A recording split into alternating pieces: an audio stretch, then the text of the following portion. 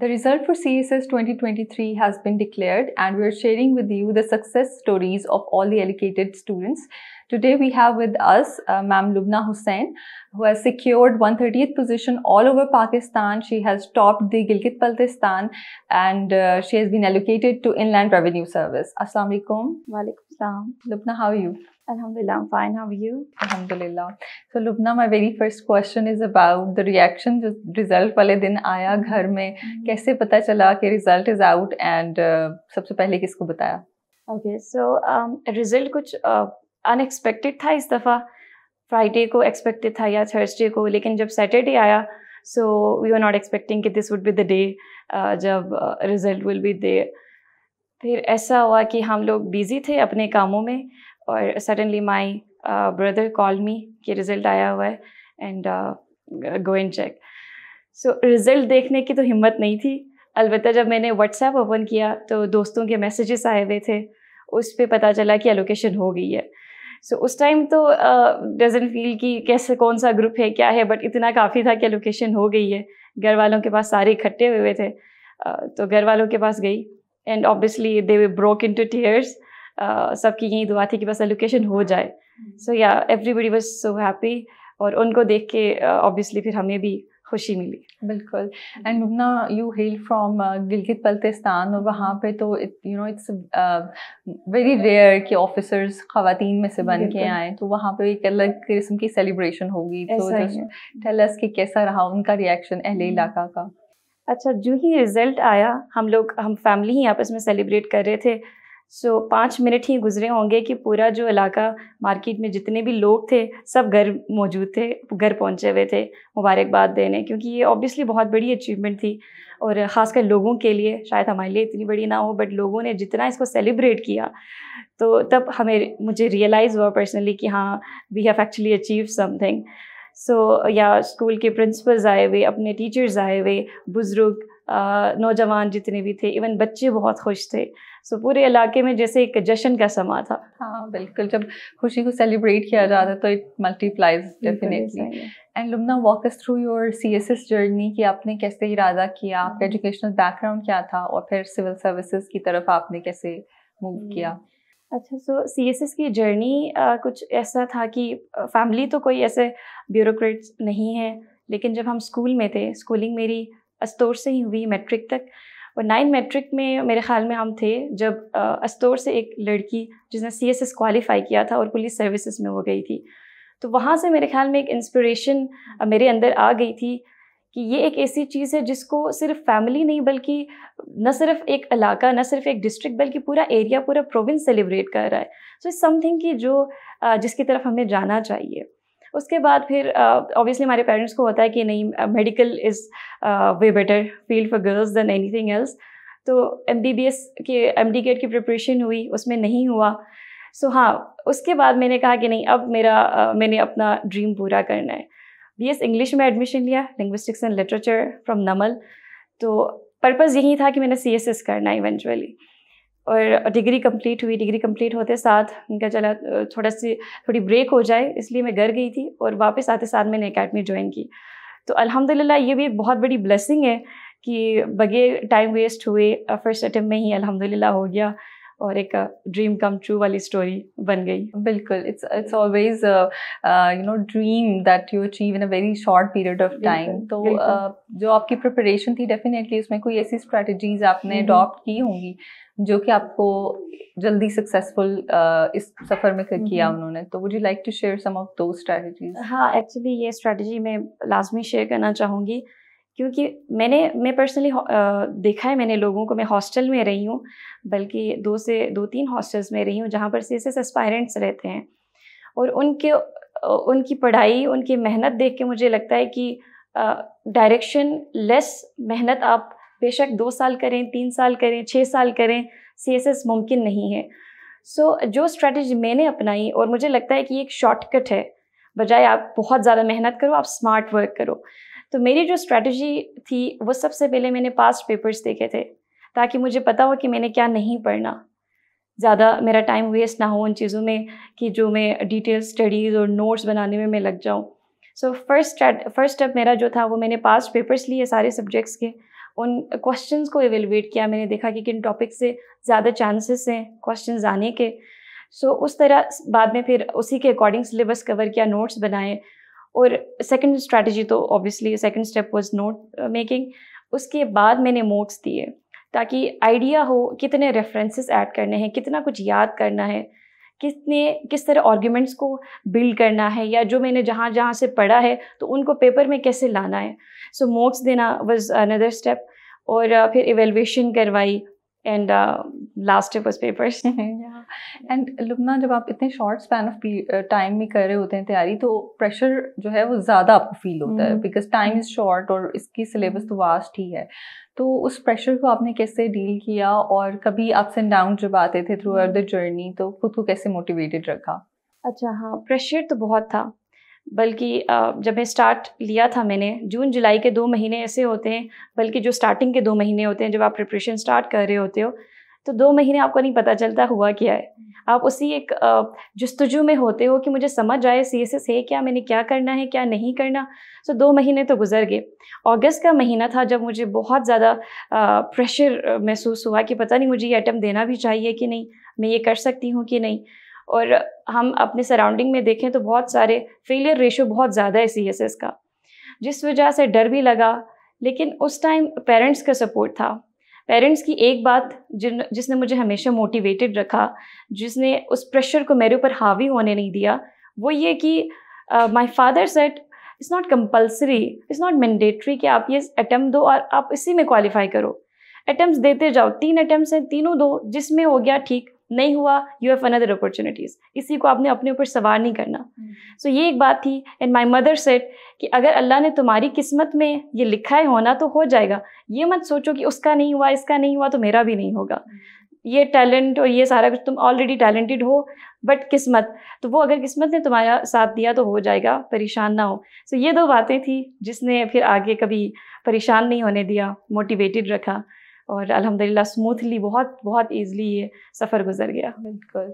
And Lubna, tell us about your optional subjects. उनको कैसे आपने डिसाइड किया कि I should go for these subjects जो मुझे अच्छा आउटपुट देंगे? अच्छा, ऑप्शनल्स का ये था कि 2-3 चीज़ें थी जिसको मद्देनज़र रखते हुए ऑप्शनल्स को मैंने सिलेक्ट किया था। वो ये कि सबसे पहले तो इंटरेस्ट। आपका इंटरेस्ट ना हो जिस सब्जेक्ट में, तो आप फिर वो जितना मर्ज़ी स्कोरिंग हो, मेरे ख़्याल में आप उतना उसको स्कोर नहीं कर सकते उसमें। तो इंटरेस्ट था। उसके बाद scoring trend, obviously subjects hit भी हो रहे होते हैं, no matter how much prepared you are for those subjects. तो स्कोरिंग ट्रेंड को भी देखा और सिलेबस को देखा कि किसका थोड़ा कम सिलेबस है, ईज़िली अंडरस्टैंड हो सके, तो वो उस हिसाब से ईज़िली कवर हो सके। ये कुछ चीज़ें थी। जैसे पॉलिटिकल साइंस का मैं कहूँगी, जैसे मेजॉरिटी बच्चे कन्फ्यूज़ होते हैं IR और पॉलिटिकल साइंस में, बट आई वॉज श्योर कि मैंने पोल साइंस ही लेना है। इस वजह से कि मैं मेरे लिए, अब फॉर एग्जांपल आप एक बुक मेरे सामने रख दें, आप कहें कि 30 मिनट्स के अंदर अंदर मुझे ये 2 पेजेस याद करके दिखा दो, मेरी शॉर्ट मेमोरी बहुत स्ट्रांग है, मैं उसको एक दफ़ा गो थ्रू कर लूँगी, मुझे रिटेन हो जाएगा। मुझे पता था कि इस चीज़ में मेरी स्ट्रेंथ है, मैं बहुत ईजिली, हालांकि पोल साइंस कहा जाता है कि मिनिमम आपको 45 डेज़, मैक्सिमम 2-3 महीने भी लग सकते हैं पोल साइंस में। मैं ऑनेस्टली कह रही हूँ कि मैंने 20 डेज़ में दोनों पेपर्स, पार्ट 1 और पार्ट 2 दोनों बहुत अच्छे से मैंने कवर कर लिए थे। और फ़िलासफ़ी मैंने ऐसे ऑप्ट किया कि लिटरेचर मेरा बैकग्राउंड है, और लिटरेचर के जो जैसे नॉवेल्स हैं, ड्रामाज़ हैं, वो एक डिपिक्शन होता है किसी भी फ़िलोसॉफ़िकल मूवमेंट का। जैसे एग्जिस्टेंशलिज़म है, उस पर एक वेटिंग फॉर गोडो एक ड्रामा है, प्ले है, आप उसको पढ़ोगे तो आपको बहुत अच्छी अंडरस्टैंडिंग होगी फ़िलासफ़ी की। तो मुझे लगा कि नहीं, मुझे फ़िलासफ़ी ऑप्ट करना चाहिए। और एज अ माइनर सब्जेक्ट भी हमने यूनिवर्सिटी में पढ़ा हुआ था, और जो टीचर पढ़ा रहे थे वो काफ़ी अच्छे, उन्होंने कॉन्सेप्ट्स हमारे क्लियर किए हुए थे। एंथ्रोपोलॉजी बहुत ईजी सब्जेक्ट है, सिलेबस भी कम है, सोशियोलॉजी के कंपैरेटिव, स्कोरिंग भी, ट्रेंड भी बहुत इसका अच्छा है। सो इस तरह एंथ्रोपोलॉजी को ऑप्ट किया।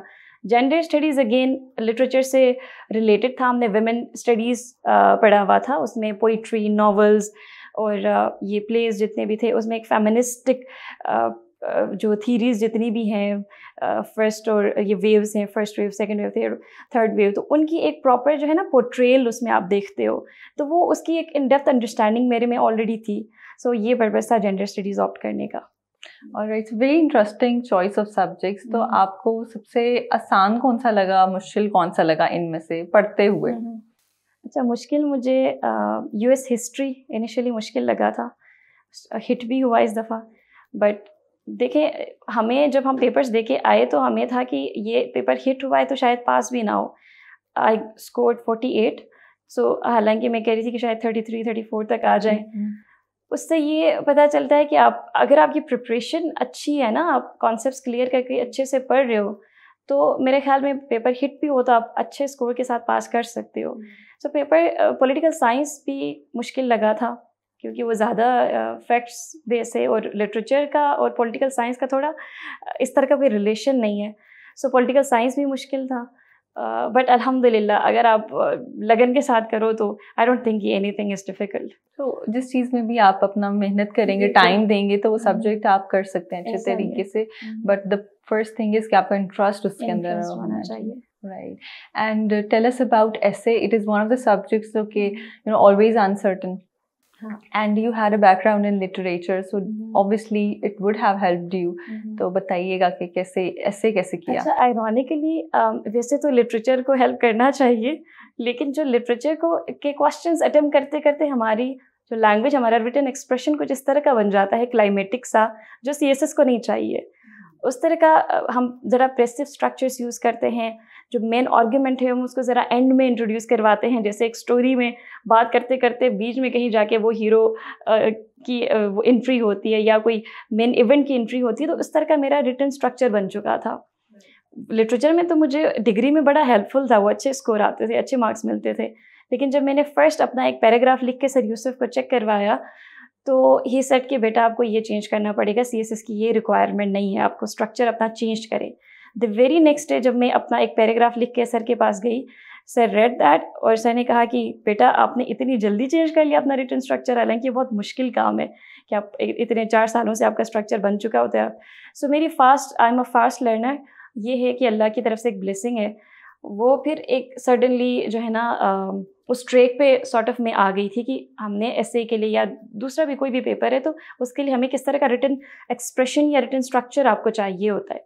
अच्छा, अब दूसरा स्टेप था पैराग्राफ राइटिंग। पैराग्राफ मेरे ख्याल में, मैं कहती हूँ कि एक मिनी ऐसे है। अगर आपको पैराग्राफ लिखना आता है तो आप ऐसे लिख सकते हो। सो वो टीचर्स जो पढ़ाते थे, जहाँ से क्लासेस ली, वहाँ पर सर आरिफ का एक प्रॉपर स्ट्रक्चर है पैराग्राफ राइटिंग का। टॉपिक सेंटेंस कैसे बनाना है, उसके बाद सपोर्टिंग डिटेल्स कैसे ऐड करनी है, फिर उसको कंक्लूडिंग सेंटेंस में पूरा कंक्लूड कैसे करना है, रेफरेंसेस कहाँ पर देने, वो सारा। जब पैराग्राफ राइटिंग की प्रैक्टिस भी, टाइम नहीं था मेरे पास बहुत ज़्यादा, मैंने क्या किया कि वो एक पैम्फलेट सर देते होते थे। फर्स्ट जो एसे मैंने लिखा उसका हर पैराग्राफ मैंने 17 पैम्फलेट्स मैंने कॉपी करवा लिए और हर पैराग्राफ मैंने हर पैम्फलेट में लिखा। उसके बाद मैंने फिर ऑब्वियसली वो उसको रीराइट किया और सारा कुछ लिख के चेक करवाया। सो वो 17 पैराग्राफ की एक साथ मेरी प्रैक्टिस भी हुई, एक एसे भी कंप्लीट मेरा हो गया। सो अल्हम्दुलिल्लाह फर्स्ट एसे में भी मेरे 44 थे जो सर से मुझे मिले, प्रेसी राइटिंग भी।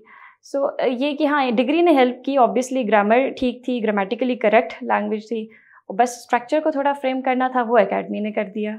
सो ये जर्नी थी। All right, so it means कि even if you are competent in one thing, आपको इस प्रोसेस से गुजरने के लिए दोबारा से अपने आप को री-इवैल्यूएट करना पड़ेगा, राइट? बिल्कुल ऐसा ही है। Okay, and Lubna, let's talk about the next phase, जो कि इंटरव्यू की प्रिपरेशन की फेज आती है। एंड आई रिमेंबर कि वो ज़्यादा ही हमें क्रूशल लग रहा था। We were preparing and talking, taking in mock interviews of each other.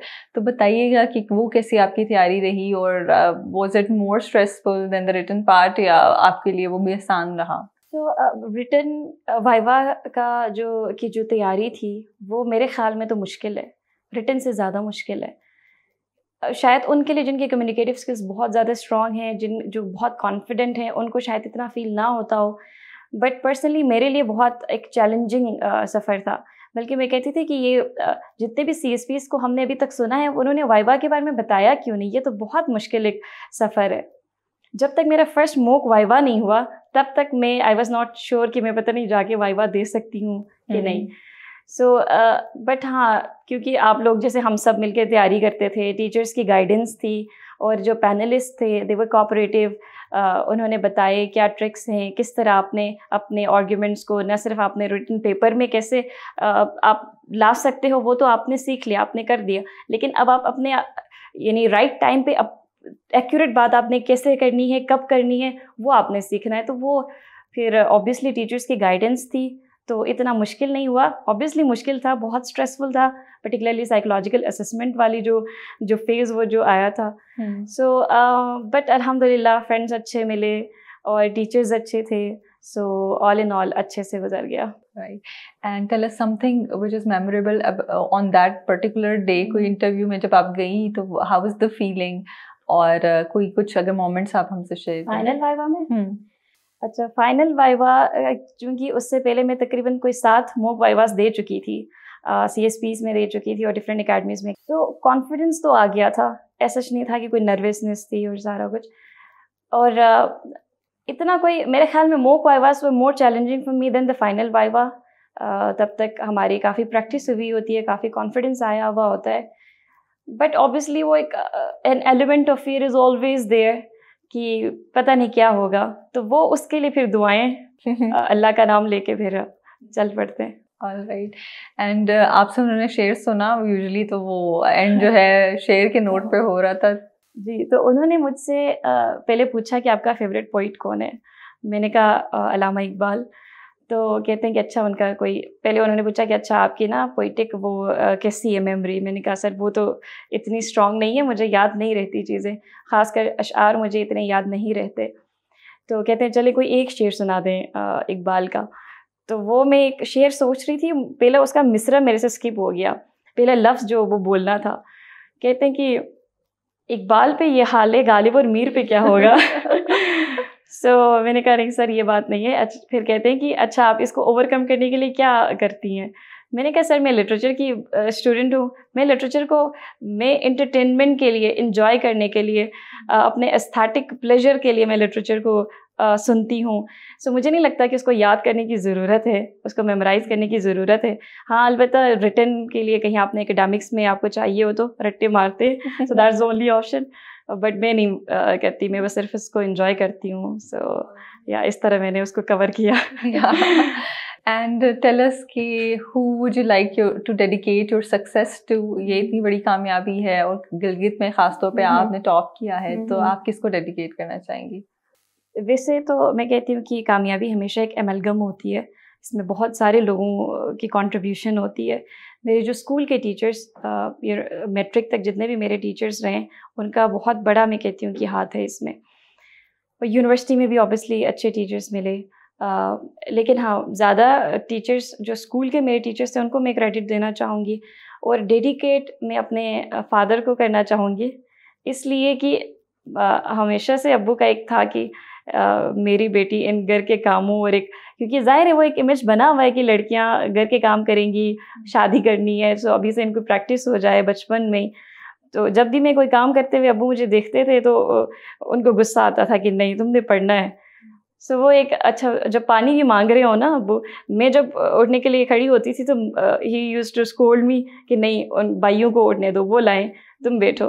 तो अब्बू ने बहुत ज़्यादा सपोर्ट किया इस मामले में, स्टडीज़ के मामले में ही वॉज क्रेज़ी। तो मैं कहती हूँ कि without him this would never have been possible, और वही मेरी मोटिवेशन है।